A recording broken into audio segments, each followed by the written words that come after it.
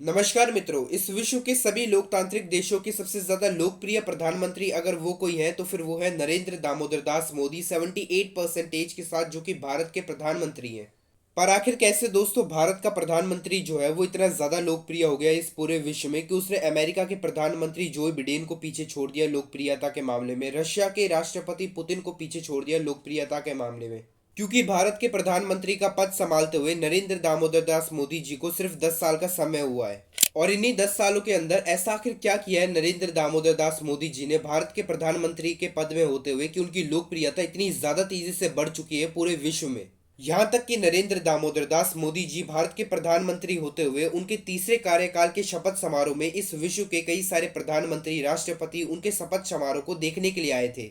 और ऑस्ट्रेलिया के प्रधानमंत्री एंथनी एल्बनीज जी ने तो 23 मई 2023 में भारत के प्रधानमंत्री नरेंद्र दामोदर दास मोदी जी का स्वागत करते हुए उन्हें PM Modi is the boss कह डाला था। दोस्तों आज हम आपको यही बताएंगे कि किस तरह से नरेंद्र दामोदर दास मोदी जी ने सिर्फ 10 सालों के अंदर सबसे ज्यादा लोकप्रिय होने के साथ ही सबसे ज्यादा प्रभावशाली प्रधानमंत्री किस तरह से बने। इसके पीछे के दोस्तों असल में तीन बड़े कारण हैं। आइए दोस्तों हम सभी लोग साथ में मिलकर जानते हैं और समझते हैं इन तीनों चीजों को, जिसमें से सबसे पहला है डेवलपमेंट ऑफ भारत। दोस्तों G20 के सभी नेशंस में 2024 में भी भारत जो है वो सबसे ज्यादा तेजी से बढ़ने वाली इकोनॉमी है पूरी दुनिया में 7.8% के साथ।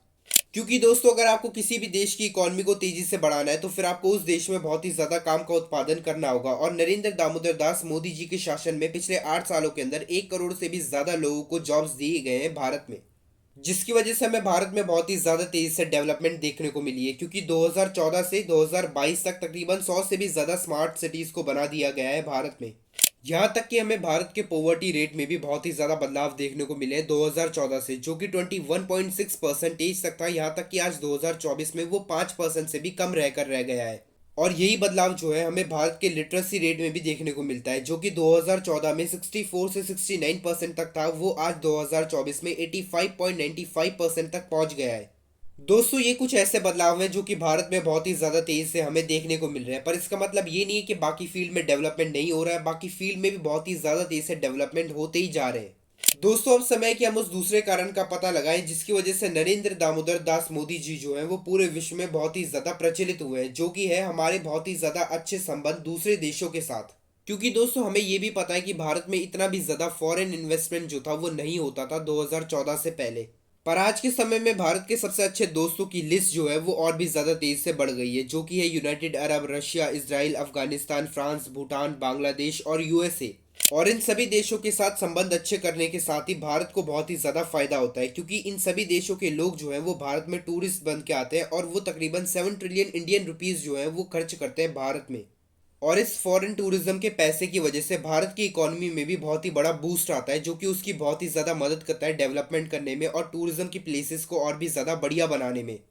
ताकि दोस्तों वहाँ पर जितने भी नए फॉरेन टूरिस्ट आए तो फिर वो वहाँ पर और भी ज़्यादा देर तक रुक पाए और भी ज़्यादा रह पाए, क्योंकि भारत में संस्कृति की कोई कमी नहीं है जिसको देखने में फॉरेन टूरिस्ट को बहुत ही ज़्यादा मज़ा आता है। इसी के साथ ही 2022 की भारत की एक इंपोर्ट ईयर की रिपोर्ट भी बाहर आई थी, जिसके मुताबिक चाइना के साथ हम 15.43 का इंपोर्ट करते हैं, यूनाइटेड अरब के साथ 7% का, यूनाइटेड स्टेट्स के साथ भी 7% और सऊदी अरब के साथ 5%। इन सभी देशों से दोस्तों भारत जो है वो क्रूडल ऑयल, कोयला, diamond, chemical, rubber, plastic, electronics, machinery, इन सभी से बहुत ही ज़्यादा इंपोर्ट करवाता है और ये सभी भारत के सबसे बड़े इंपोर्टर्स भी हैं। और अगर हम भारत के सबसे बड़े एक्सपोर्टर्स की बात करें तो फिर सबसे पहले आता है अमेरिका 2022 की रिपोर्ट के मुताबिक 18% के साथ, और फिर आता है यूनाइटेड अरब 6% के साथ। और दोस्तों 2023 से 24 तक फॉरेन कंट्री ने अभी तक तकरीबन भारत में $70.95 बिलियन का इन्वेस्टमेंट किया है, जिसमें सबसे पहले आता है सिंगापुर 25% के साथ, 23% के बाद दूसरे नंबर पे आता है अमेरिका।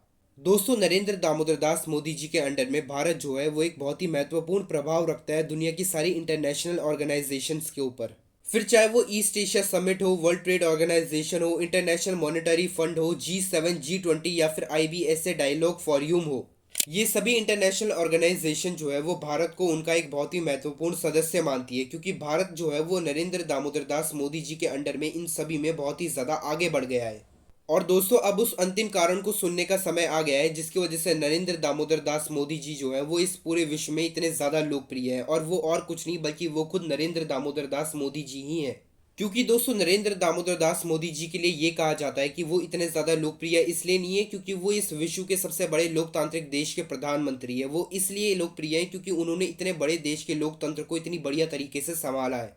जो कि बिल्कुल ही सच है दोस्तों, क्योंकि भारत जैसे देश में जहाँ पर इतनी सारी संस्कृतियाँ एक साथ रहती है, उनको एक साथ रखना और उन सभी के साथ ही अपनी गवर्नमेंट को इतनी बढ़िया तरीके से चलाना और इस विश्व की सबसे बड़ी पार्टी बनना कोई आसान काम नहीं है। जो कि दोस्तों हमें नरेंद्र दामोदर दास मोदी जी के साथ और उनकी पार्टी बीजेपी के साथ देखने को मिला है, क्योंकि 24.8 करोड़ से भी ज़्यादा ऐसे लोग हैं पिछले 9 सालों में जो कि भारत में पोवर्टी की लाइन से बाहर आए हैं। क्योंकि दोस्तों 24 करोड़ की जनसंख्या जो है वो कोई छोटी मोटी बात नहीं है। अगर आप आज के पाकिस्तान और अफगानिस्तान की जनसंख्या को एक साथ जोड़ोगे तो उतने लोग तो पिछले 9 साल में गरीबी की रेखा से बाहर आए नरेंद्र दामोदर दास मोदी जी की लीडरशिप में। और यही वो 3 कारण है दोस्तों जिसकी वजह से नरेंद्र दामोदर दास मोदी जी जो हैं वो आज के समय में बहुत ही ज़्यादा लोकप्रिय नेता हैं इस पूरे विश्व के। पर दोस्तों अब नरेंद्र दामोदर दास मोदी जी का तीसरा कार्यकाल भारत में जो है वो शुरू हो चुका है, और अब आप कमेंट सेक्शन में हमें यह लिखकर बताएं कि आप क्या चाहते हैं कि नरेंद्र दामोदर दास मोदी जी जो है वो क्या क्या बदलाव कराएं भारत में।